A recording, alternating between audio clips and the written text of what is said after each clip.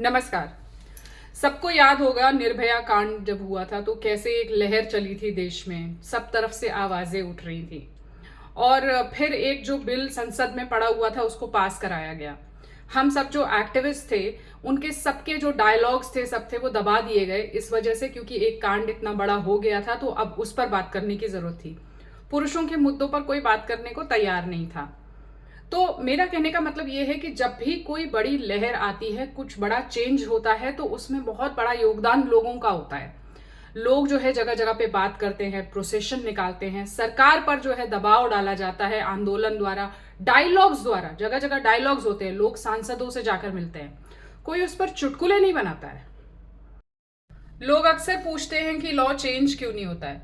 तो भाई लॉ तो तब चेंज होगा ना जब आप लोग चेंज होगे। आप लोग चेंज होने को तैयार ही नहीं हो। यहाँ पर समस्या ही मार्क नहीं हो रही है कि समस्या क्या है। यहाँ पर चुटकुले छोड़े जा रहे हैं कि नीला ड्रम मत रखना अपने घर में।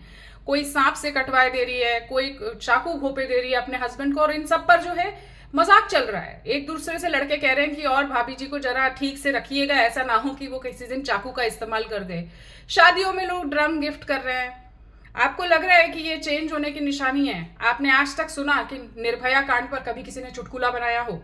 या जो पहले हमारे टाइम पर जब कॉलेज में मैं थी तब एक केस हुआ था जिसमें तंदूर में डालकर जलाया था अपनी वाइफ को, तो उस पर भी मैंने कभी कोई आज तक चुटकुला नहीं सुना। सीरियस डिस्कशंस हुआ और ये सब बात हुई कि किस तरह से आदमी लोग जो है वो अपनी महिलाओं को, अपनी स्त्रियों को, अपनी पत्नियों को मार देते हैं। इस पर किसी स्त्री ने एक दूसरे को आज तक कभी कोई फॉरवर्ड में भी चुटकुला नहीं भेजा होगा। एंड सॉरी टू से, मैंने स्त्रियों को इस पर मजाक उड़ाते कम देखा। मैंने पुरुषों को इस बात का मजाक उड़ाते, एक दूसरे के ऊपर तंज कसते हुए देखा, जो कि बहुत दुखद है। ये जो स्वयंभू विदूषक लोग हैं ना, ये आकर अजीब अजीब सी बातें करेंगे। ये हर चीज पर, कोई भी हिंसा हो रही हो पुरुषों पर, किसी भी तरह का अत्याचार हो रहा है, उस पर ये लोग जो है चुटकुले बना देंगे। ये विवाहों पर सबसे ज्यादा चुटकुले बनाते हैं आपस में, और फिर सोचते हैं कि ये स्थितियां ठीक क्यों नहीं हो रही हैं।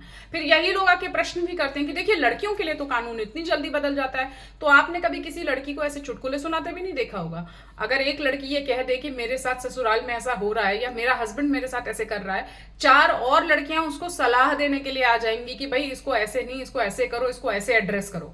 आप लोगों की तरह नहीं कह रहे अच्छा मार खा के आगे, वाह भाई बहुत बढ़िया, और अगले आदमी के ऊपर आपने तंज कसने शुरू कर दिए। फिर आप आते हैं किसी दिन कि आपके घर में जब कोई ऐसी घटना हो जाती है कि इसको कोई सीरियस नहीं ले रहा।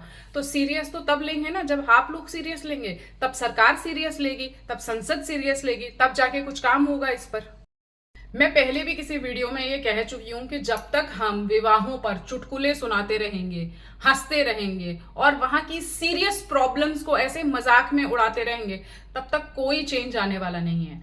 चेंज तो तब आता जब हम इस पर कोई गोष्ठियां आयोजित करते, स्कूलों में, कॉलेजेस में इस पर बातचीत होती, हम अपने रिप्रेजेंटेटिव से जाकर मिलते, छोटी छोटी गोष्ठियां कहीं ना कहीं करते, कुछ ना कुछ अवेयरनेस प्रोग्राम चलाते, तब तो समझ में आता था कि हाँ कुछ चेंज आएगा। आप लोग चुटकुले करने लगे। मतलब मैंने भी अपने ऐसे जान पहचान में लोगों को कहते हुए सुना कि अब कौन ही लड़के की शादी करेगा, ड्रम वाली घटनाएं होने लगी।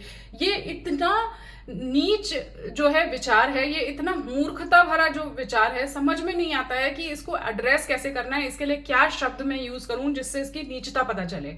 तो अब बात यह है कि सबको आंसर है कि जब तक आप लोग इन मुद्दों पर गंभीर होकर बात करना नहीं शुरू करेंगे, जब तक आप लोग अवेयरनेस के बारे में बात नहीं करेंगे, तब तक हम लोगों के कहते रहने से कुछ भी होने वाला नहीं है। क्योंकि हम तो बहुत सीरियसली इन सारे मुद्दों को उठाते हैं, मगर आप लोगों के चुटकुले उनकी महत्ता कम कर देते हैं, और फिर किसी दिन एक दिन पता चलता है कि फिर किसी की इस तरह से मृत्यु हो गई और फिर एक नया चुटकुला बनता है। तो मुझे आप बताइएगा कि एक पुरुष के मर जाने से आपको चुटकुला क्यों याद आता है, और एक स्त्री के ऊपर कोई अत्याचार होने से आपको वो इतनी गंभीर बात क्यों लगती है? अब आप मुझे बताइए, क्योंकि मेरे लिए तो दोनों ही एक जैसा है।